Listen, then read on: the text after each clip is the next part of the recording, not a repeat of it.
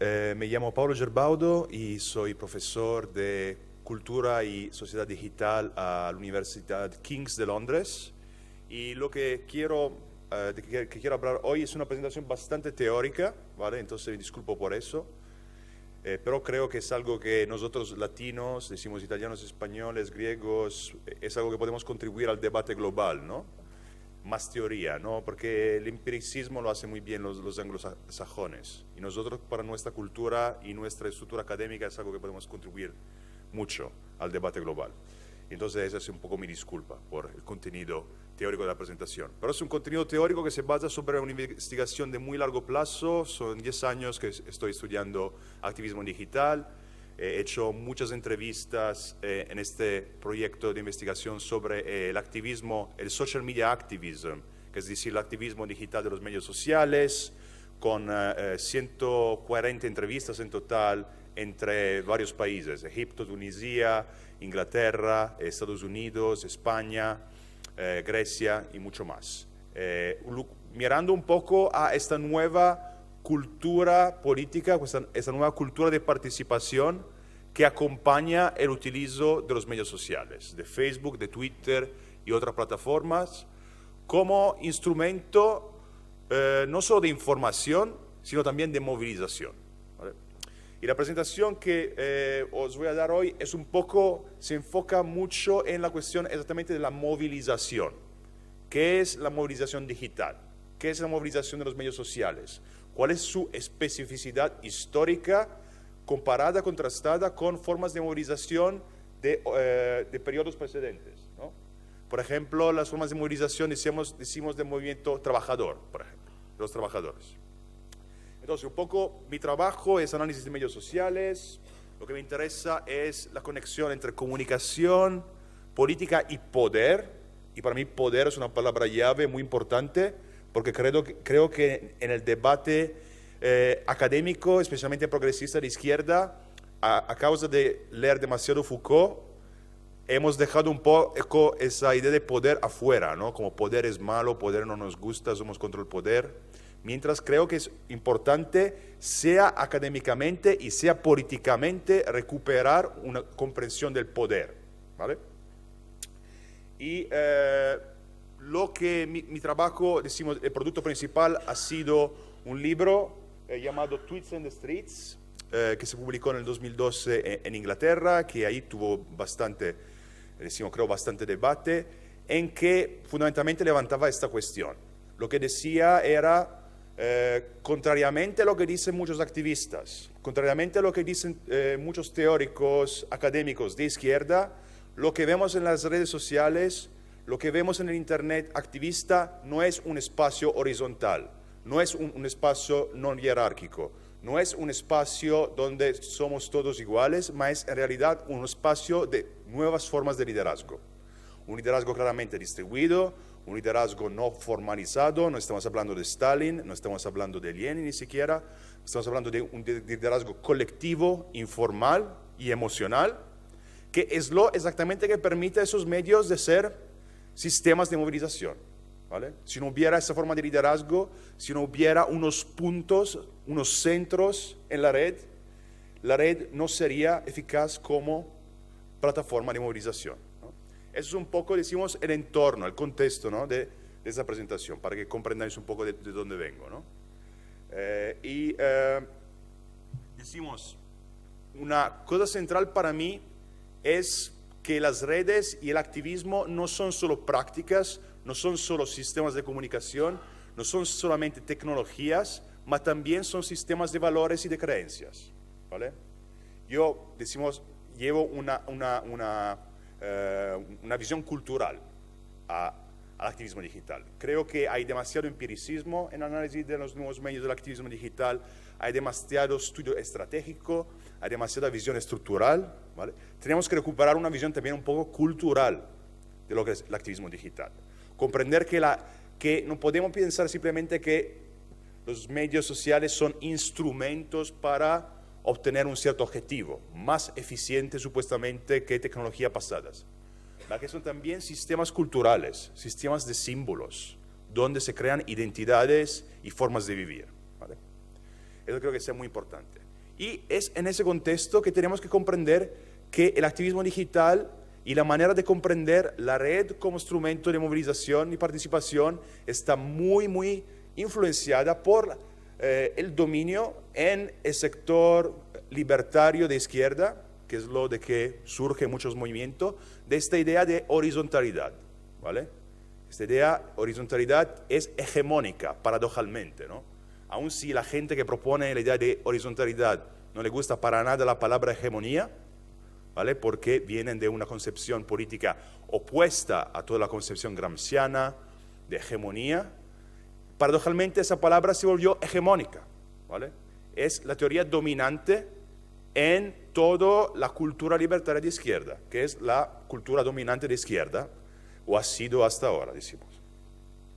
¿Y cuál es esa idea? Es una idea que paradojalmente encontramos en los círculos más anarquistas, libertarios de izquierda y en los círculos neoliberales, ¿no? Es una idea muy contradictoria, muy preocupante de una manera, ¿no? Como la encontramos en Davos y la encontramos en los centros sociales, ¿vale?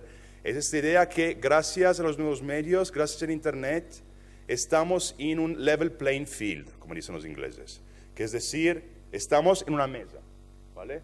Vale, esa persona va a tener más espacio, un poco más tiempo, pero al final estamos todos en el mismo sistema, lo cual quiere decir que somos todos iguales de una manera. Esa idea de no hay más líderes, leaderlessness, como concepto muy fuerte en estos movimientos, en Occupy y muchos otros movimientos. Esa idea de todos pueden participar, lo que Christopher Lasch, el teórico americano ya en el 79, hablando de los movimientos Ocupa feministas, llamaba el culto de la participación como fin en sí mismo, ¿no? Y es una idea que fundamentalmente después influencia también, no es solo influencia la acción, sino también la comprensión de esos movimientos, ¿vale? Y pienso que se ve mucho en la estética académica, ¿no? De este campo de investigación. Y por ejemplo, lo que estoy pensando son esas representaciones de Gephi, ¿no? Esas Gephi Map. Esas Gephi Map no son simplemente una reflexión empírica de la realidad. Son en realidad una construcción ideológica de lo que supuestamente son las redes activistas. ¿Qué vemos en estas representaciones? Son representaciones que muchas veces cuando las veo me cuesta, porque no sé dónde tengo que mirar. Hay 1.400 puntos, 200.000 enlaces, puntitos, una complejidad enorme que no sé cuántas drogas psicodélicas uno tiene que asumir para poder navegar, ¿no? Lo que representa es un espacio de multiplicidad, de complejidad, un espacio de multicentralidad, un espacio rizomático, ¿no? Ese es el léxico, ¿verdad? Ese es el léxico postmoderno que es dominante en el debate. Lo que nos dice es que no hay centros, los que nos dice que no hay líderes, los que nos dice que no hay organización, los que nos dice o que nos sugiere es que todo es espontáneo, ¿vale? Y creo que eso es importante que analizar como una construcción ideológica, ¿vale? Como una construcción arbitraria, ¿no?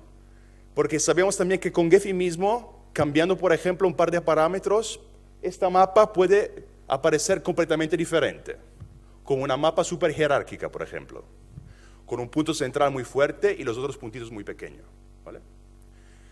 Entonces, eso es un poco, decimos, el estado del conocimiento que yo critico mucho, que critiqué en este libro y que estoy criticando en mi trabajo.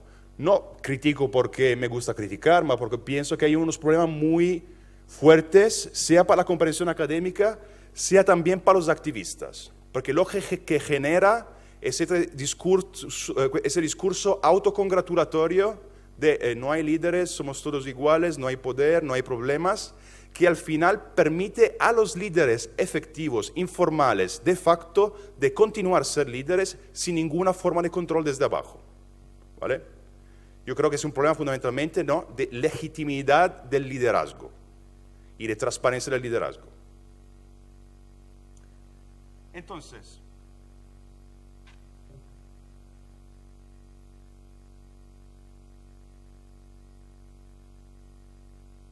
aquí. Vale. Entonces, creo que y aquí llegamos a un punto teórico fundamental, lo que tenemos que comprender para superar este obstáculo de la horizontalidad que recientemente ha sido muy de moda, como el discurso de las redes, súper de moda. Pero ahora más y más gente está diciendo hay problemas con eso.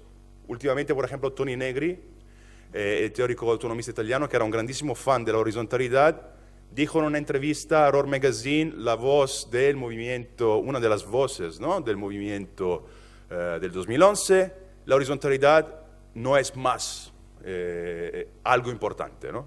Es un obstáculo, es un problema, es una fixación que nos está parando, nos está impidiendo de crear nuevas formas organizativas que sean legítimas y eficientes, las dos cosas, no solo una o la otra, ¿vale? Y creo que el problema ahí es que se confunden dos elementos. Uno es la condición de la sociedad contemporánea. Dos, las formas de organización que se tienen que plantear adentro de esa sociedad para llevar a cabo procesos de movilización. Entonces, si empezamos con el primer punto, es claro que mucha de esa teoría postmoderna, de Castells, de Toni Negri, de muchos otros, tiene razón en identificar la sociedad contemporánea como una sociedad compleja, como una sociedad en que las categorías clásicas de la sociedad industrial, fordista, la división de clase muy clara, la división de, por ejemplo, espectro político muy claro, gente de derecha, gente de izquierda, familias de derecha, familias de izquierda, familias peperas, familias socialistas y tal, se pierde, ¿no? Es un mundo en que esa certitud de ese tipo de persona, por ejemplo, a las elecciones va a votar eso, o ese tipo de personas nunca van a salir a la calle a protestar, ese tipo de seguridad se pierde, ¿vale? Y estamos enfrente a una sociedad muy compleja y muy de alto nivel de dispersión, muy individualizada, ¿vale? Lo que dicen muchos sociólogos, Ulrich Beck, Zygmunt Bauman y así. El problema, pero, de ese tipo de discurso, y para añadir otro punto, creo que los medios sociales, como forma de comunicación y como estructura de la experiencia contemporánea, reflejan perfectamente ese nivel de complejidad y de individualización, ¿verdad? Los medios sociales se construyen alrededor del individuo, son ego networks, como se llaman, son redes ego, donde el individuo es el centro, ¿vale? Y del individuo se desarrollan conexiones con otros individuos. Es el espejo, la representación más, decimos, evidente de este proceso de individualización y del nivel de complejidad de la sociedad contemporánea. El problema en la teoría política postmoderna del espontaneísmo, del horizontalismo, es que confunde el estado general de la sociedad con las formas de organizaciones necesarias para movilizar la sociedad, ¿vale? Lo que olvida es que siempre la movilización es un proceso de transformación. No es simplemente un proceso que tiene que reflejar la estructura de la sociedad, tiene que transformar la sociedad, ¿vale? Y es un proceso, y ese me rendo cuenta que es un otro punto muy controvertido que voy a hacer, es un proceso que necesita centros. Movilización es un proceso de centralización. Por definición, movilización es una palabra que viene del jergo militar, como muchas otras palabras que se utilizan en el discurso de movimientos sociales, estrategia, reclutamiento, tácticas, muchísimas palabras del léxico de movimientos sociales vienen de lo militar.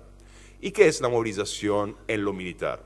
La movilización es la concentración de fuerzas en un determinado punto en el espacio-tiempo. Esa es la teoría clásica de la movilización militar. En Sun Tzu, en Machiavelli, en Clausewitz, ¿vale? Y lo es, y podemos ver cómo ese se aplica también a la política. Pensamos, por ejemplo, en la manifestación de sábado de Podemos. ¿Qué es esa manifestación? Es un ensamblaje de mucha gente disperdida en toda España, en muchas regiones, ciudades, pueblos, y su concentración en Madrid de sábado a esa hora, entre esa hora y esa hora. 15 de mayo, de los indignados. Es otra vez el mismo proceso. La concentración, sea en Madrid en el campamento, sea en todos los otros campamentos, con muchos centros, pero siempre es un proceso de concentración. ¿Vale? Y hay muchos centros funcionales en los movimientos, muchas cosas que funcionan como centros, lugares, eventos, identidades y líderes. Vale, eso es un poco, decimos, el contexto teórico, y ahora voy a mostrar unos ejemplos, ¿no?, de lo que estoy discutiendo aquí. Y otro pedazo teórico ahí es que entre centros y dispersión es ahí que tenemos que explorar los procesos de canalización, de funneling, como se dice en inglés. Es decir, los procesos que permiten de ir de la dispersión de la sociedad contemporánea, de una sociedad extremadamente individualizada, priva de esas categorías, de ese sentido, identificación de clase, por ejemplo, o identificación política, cultural, religiosa, que era tan fuerte en la sociedad fordista. Y tenemos que comprender el proceso que lleva de esa dispersión en vez a la concentración. Comprender cómo eso es posible. Porque si uno piensa en movimiento laboral, cómo se hacían las manifestaciones, era mucho más fácil de una manera. Tú sabías ya quién era tu base. Tu base se encontraba en esos lugares de trabajo. Había las fábricas como en la teoría autonomista, la fábrica como la catedral del trabajo, la catedral de la sociedad, el punto de concentración, ¿vale? En vez, para seguir otra vez la teoría autonomista, marxista autonomista, nos encontramos en el periodo del obrero social, donde el trabajo está disperdido en el entero de la metrópolis, del espacio social, ¿no? Entonces, en este contexto, movilizar, que es decir, concentrar, es un proceso mucho más problemático, mucho más complejo, donde no se pueden utilizar identidades ya precedentemente disponibles, más se tienen que crear y construir esas identidades en el proceso mismo de movilización.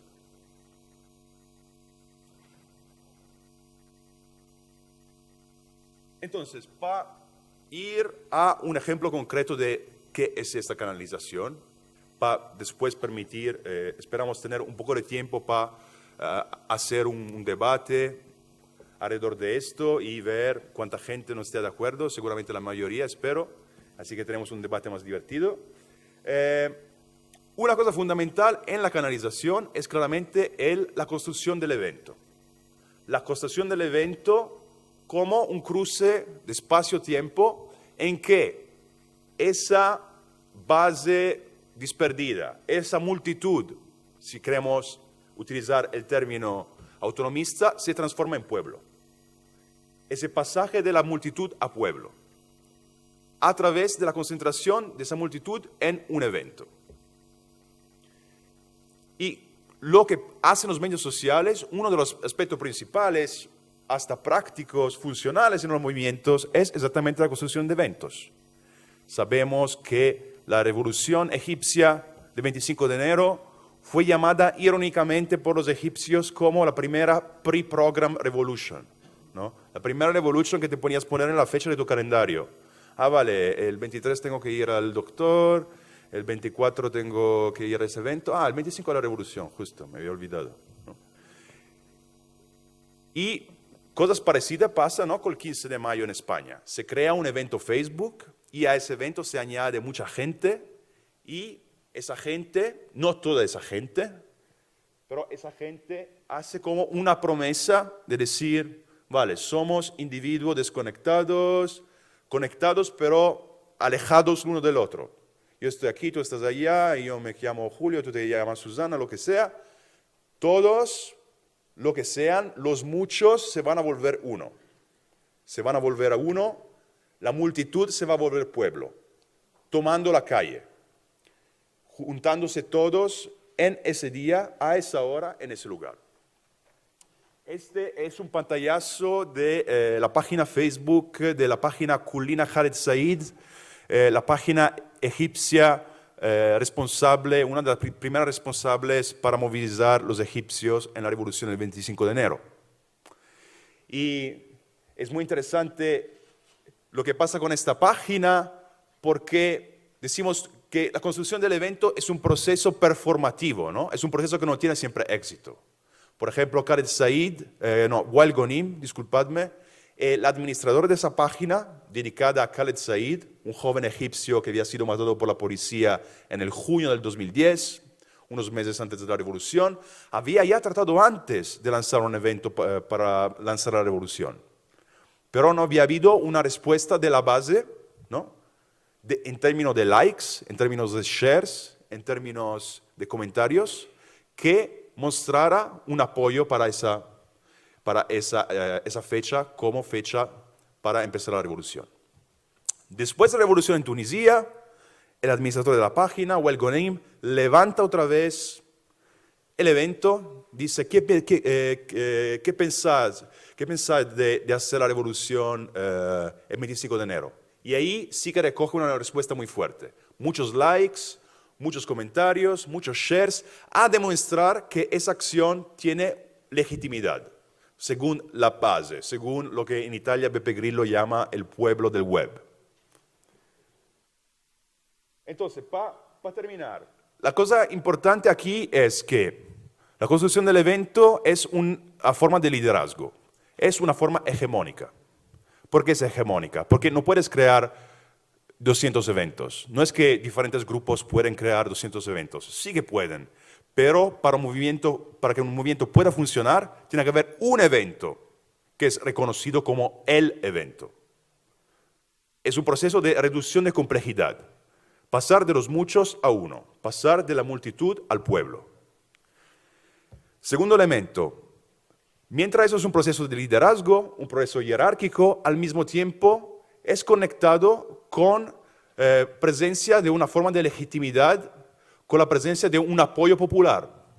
Si no hay apoyo popular, tú puedes crear todos los eventos que quieres y no vas a hacer nunca nada, ¿verdad? Por ejemplo, sabemos que Democracia Real Ya y una gente integrada de Democracia Real Ya, antes del 15 de mayo, ya habían tratado de hacer unas cosas. Ya habían hecho unos flash mobs. Flash mobs, unos de esos que habían ido muy mal, 15 personas, ¿vale? Porque en ese momento específico no había el apoyo popular, ¿vale? Y la última cosa es que crear el evento no es solo poner una fecha y decir, esa es la fecha. Es una construcción simbólica identitaria. Ya ven, por ejemplo, en esta página, en árabe, lo que está diciendo son diferentes eslogans que se proponen a la gente para que la gente grite en la plaza. Les está diciendo cómo se tiene que portar, les está diciendo que no tiene que pegar la policía, les está diciendo dónde juntarse, les está diciendo qué tipo de ropa ponerse. Hay una construcción no simplemente funcional, táctica, pero también una construcción simbólica del evento. Entonces, para concluir, la movilización a través de los medios sociales tiene que enfrentar una situación de complejidad de lo social. Complejidad de lo social frente a la cual el proceso de movilización, que es, por definición, proceso de concentración, se vuelve una operación mucho más compleja y mucho más performativa de lo que es normalmente. En ese entonces hay todas unas formas de creación de centros, de center making, que pasan a través de los medios sociales. Una de estas formas es la construcción del evento como un momento de canalización. Un momento de canalización a través del cual la energía y la vitalidad que se encuentran en los movimientos, en la base de los movimientos, puede ser concentrada toda en el mismo punto en el espacio-tiempo y de esa manera producir una masa crítica que puede levantar un movimiento de protestas. Gracias.